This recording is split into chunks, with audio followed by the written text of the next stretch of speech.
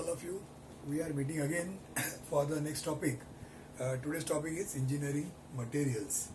As we have yesterday seen that we need to have different types of materials as a part of the design. We are supposed to take into consideration the types of materials that are around and which material is suitable in which particular situation. That is also one of the things to be considered. So today we will see what are the materials which are normally used for in the engineering. When we say engineering, it is mainly the mechanical engineering which we are talking about. So I'll just classify them like this. Non-metallic, there are two types. Non-metallic, maybe I'll write like this.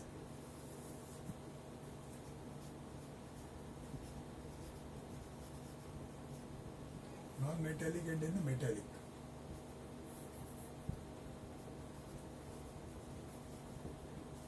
So as you know, metals and non-metals. So non-metallic, let's see what are the different things which are coming under non-metallic. So I'll just make a small list here. First is, as all of you know, plastic. Many things can be made by plastic if there is a suitable situation. Then there could be ceramic. Ceramic, they are kind of stones and some such things. You can write down. Then there is a glass, there is a rubber, maybe some other material like asbestos, and so on. So these are all coming under category called as non-metal. They are not metals other than metals. Then we will talk about metals. Now in the metals again, the classification goes like non-ferrous,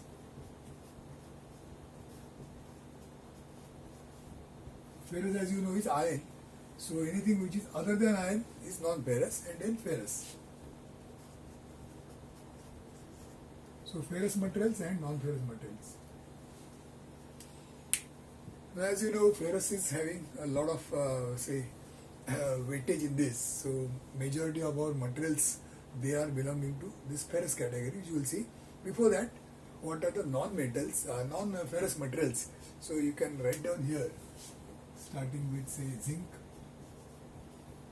Then there is a copper, aluminium, and then some combinations, tin,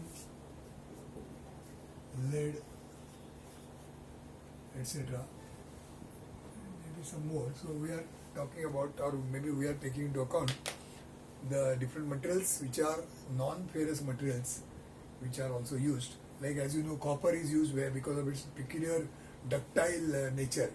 They are used for forming some kind of tubes which can be bent, and then heat exchangers, if you see, they are using this copper tube so that the exchange of heat within the walls of the copper tube, that is a better way out. So depending on the application, aluminum, as you know, because of its lightweight, it is used at many places. As you know, this aluminum window frames which you have seen, and many other places are there where aluminum material is made use of. Tin is there, lead is there. Lead is sometimes used as a material for the purpose of, you can see, sealing.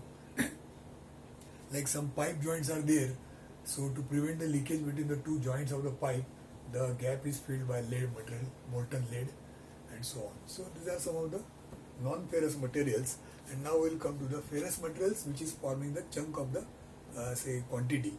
So here we'll write, I'll write like this. I'll write it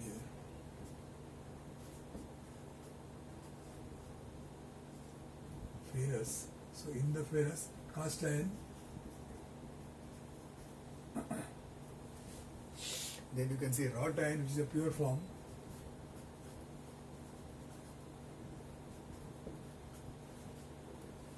And then the different types of steels.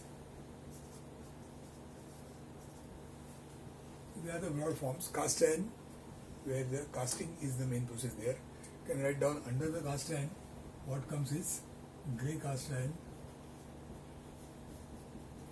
white cast iron, then there is a malleable cast iron, and And lastly, the alloy cast iron. So there are different types of cast irons with different grades which can be used in the casting form. Then the wrought iron, as you know, is a pure form.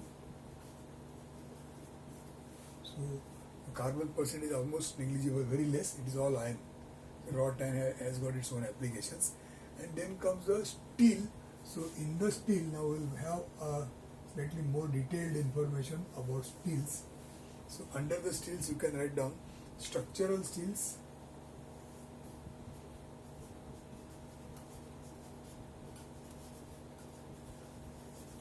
structural steel, cast steel,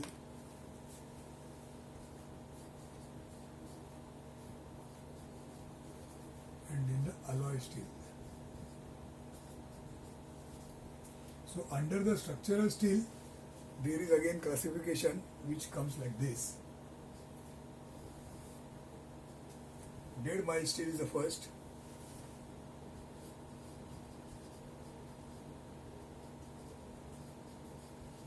Dead mild steel, then low carbon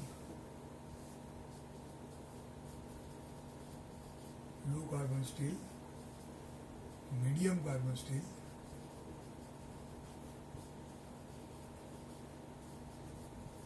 and then high carbon steel.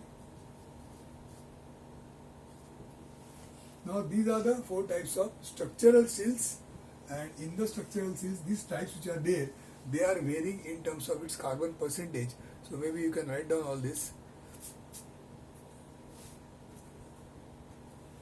Here carbon percentage is less than 0.15%.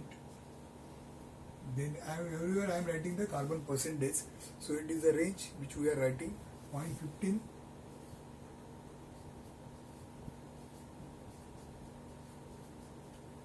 Here it is 0.45 to 0.8, and here it is 0.8 to 1.5% carbon everywhere. So how much is the carbon in steel, in iron? So iron and carbon, that is a combination which is always present in the steel. So in the steel, the percentage of carbon in addition to iron is less than 15 to 0.15 to 0.45, 0.45 to 0.8, 0.8 to 1.5% carbon. If it is there, then they are called as mild steel, dead mild steel, low carbon, medium carbon, and high carbon. So whatever steel we come across, suppose you are, for example, you are making your workshop jobs during your workshop time. So whatever material was given to you, we called it iron, we called it steel. So that steel was dead mild steel. Okay, having very less percentage of carbon. And then the rest of the ones. Now, as you go on increasing the carbon percent, this, and on this side, you will find as the carbon percentage increases, the strength increases. That means the rod, if you take a rod of this type, then for the same load, the strength of this material, high carbon steel, will be more than the strength of this one. So the strength goes on increasing as the carbon percentage increases for the structural steel. Then cast steel, which can be put in the cast form, and after that comes the alloy steel.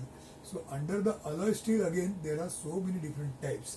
So these types I'll just jot down and you can write here.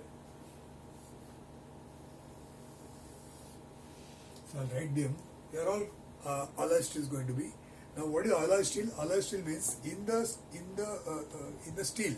So steel is again any of this, carbon plus main iron plus carbon. So in addition to iron and carbon, the third element comes, that is the alloy. So different types of alloys are added in the steel, which increases its different types of properties. So what properties are improved, that we are also going to see. So when we add these alloying elements, now they are added in very, very small quantity. The percentage is very small, but even if the percentage is very small, it makes a big difference in the property. See, I'll give you a very simple example, like in the domestic situation. Now all of you, when we are cooking a food, so in the food, you take any food which is prepared, how much is the percentage of salt compared to the quantity? Compared to the quantity, so salt is very, very less, maybe 0.1%, 0.2% quantity wise. But then if it is there and if it is not there, it makes a big difference. So something similar, all these alloying elements, they are added in a very small quantity, but they change the entire property of the iron. Now what properties are changed, that now we will see. So when we add nickel, when you add nickel, what happens is it improves the property. Which property it improves? I'll write here: toughness. Then you can also write down ductility, resistance to corrosion.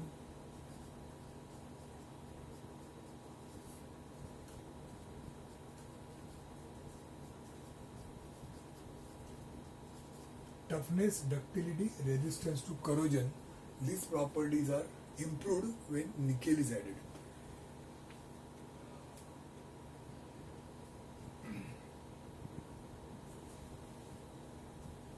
Then the next is tungsten.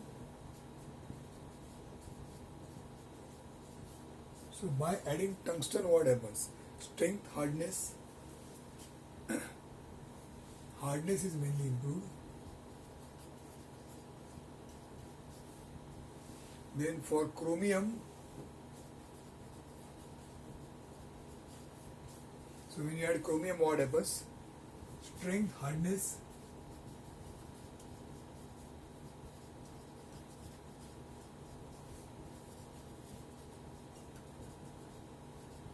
And elasticity, they are the things which are improved.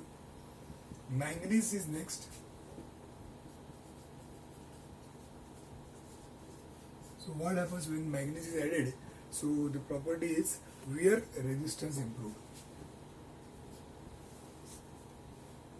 You will not be able to see, so I'll just make some changes in the board.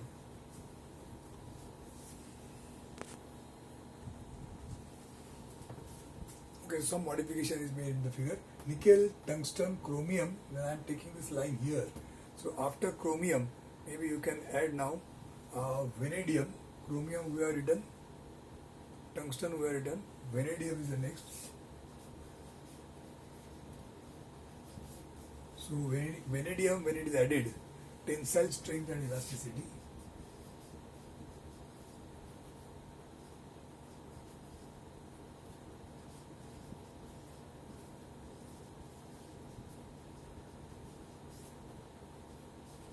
Tensile strength and elasticity is improved by adding vanadium. Manganese is also there. Manganese improves wear resistance.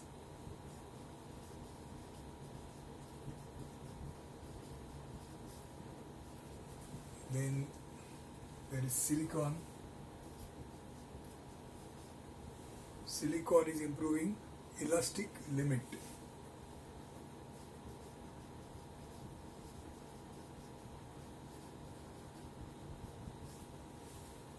Elastic limit. Cobalt.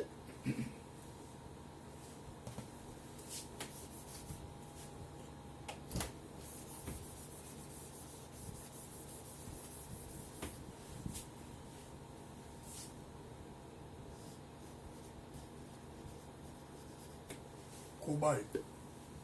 Strength and hardness.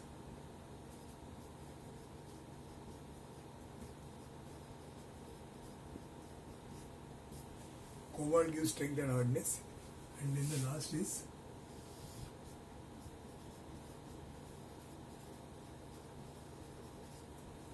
molybdenum, extra strength and hardness.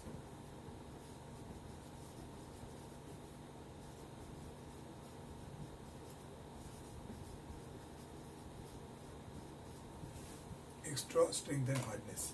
So if you see, we are talking about nickel, tungsten, chromium, then silicon, manganese, vanadium, cobalt, and this molybdenum. These are the different types of alloying elements which are added into the steels to make it alloy steel. And what is happening by adding these materials is they are improving some of the properties of the material, and they are the different properties. So when this is done, you get different types of alloy steels. And now, as a designer, when a designer is on its task of designing a machine and component, that time the person is supposed to decide that I want to make, suppose I want to make one part. This is a part, this is some kind of a rod which is there. So this rod I want to make, and then this rod is going to carry certain load. So for the rod to withstand this load, what material will be selected, that is to be decided. And for deciding that, this is all the information that is available. There is something called as a design data book, okay, which maybe after some time I'll be able to show you that. I'll just write here. I'll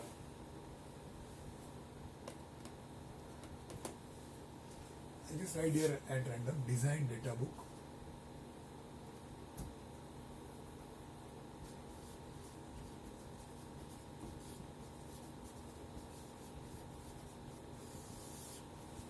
Now this design data book, as such, you students are not required to refer at this level, but at a higher level when you study this subject, that time we are supposed to take help of this design data book. It is a data book, it is not our conventional textbook which is talking about the theories, calculations, derivations and some such things. It is just giving you data. It is a collection of data of different types. Say for example material. These are all the different materials that are there. So in this data book, you will find one chapter on materials which will talk about these different types of materials and their properties, their density, their strength, their temperature resistance, and whatever properties are related to those particular materials. All that information you will find, it is written in the book called as a design data book. So in that, suppose you want to select a material for, let's say, corrosion resistance. So for that, you need to have a material which is having nickel as alloying element. So which is the material, what that material is called, by what code number, and then what is going to be the percentage of nickel in that. So you will find in the design data book, it says iron will be so and so percent, carbon will be so much percentage, and then the nickel will be of so and so percentage, so that a particular type of alloying element is formed, and then some code number for that alloying element, so that when you go and purchase, that time you can mention that such and such code number material I want as a alloy steel, and then your requirement, whatever is your application, corrosion resistance, then that will be made. And at the same time, what is the property of this particular alloying element? So this material will have what tensile strength, what compressive strength, what is the temperature it can withstand. So all these different properties which are related to the material, they are all mentioned in the form of a table, and such tables are there in design data book. Many other things are also there. I am just right now just talking about the material chapter which is there in this book. Like that, there could be many other different things. Lot of formulas are there. So now if you see this subject as we go ahead, you will find there are a lot of formulas which are to be used. Now for our at our level, at our study level, the amount of formulas are not so high. But when you go further and study this subject, then you will find at every stage you require different types of formulae for different situations. Now are you expected to remember all the so many thousand formulas? No. For that, again, this design data book comes into picture, which is talking about all the formulas which are there, and then whichever formula you require, that you can see it. Say, I'll give you a simple example. You have seen, let's say, formula you must have seen for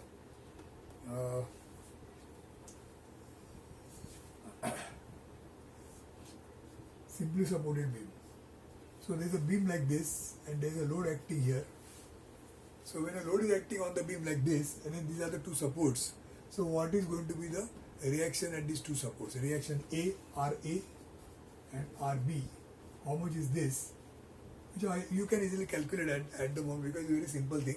And you are given, let's say, this size A and B. So when all these things are given, then you can find out what is the reaction here, what is the reaction at this point, RA and RB. So that is a simple case of a simply supported beam. But then if it has got certain variation, like as you know, there is something called the uniformly distributed load is there. So sometimes the load is, say uneven load is there.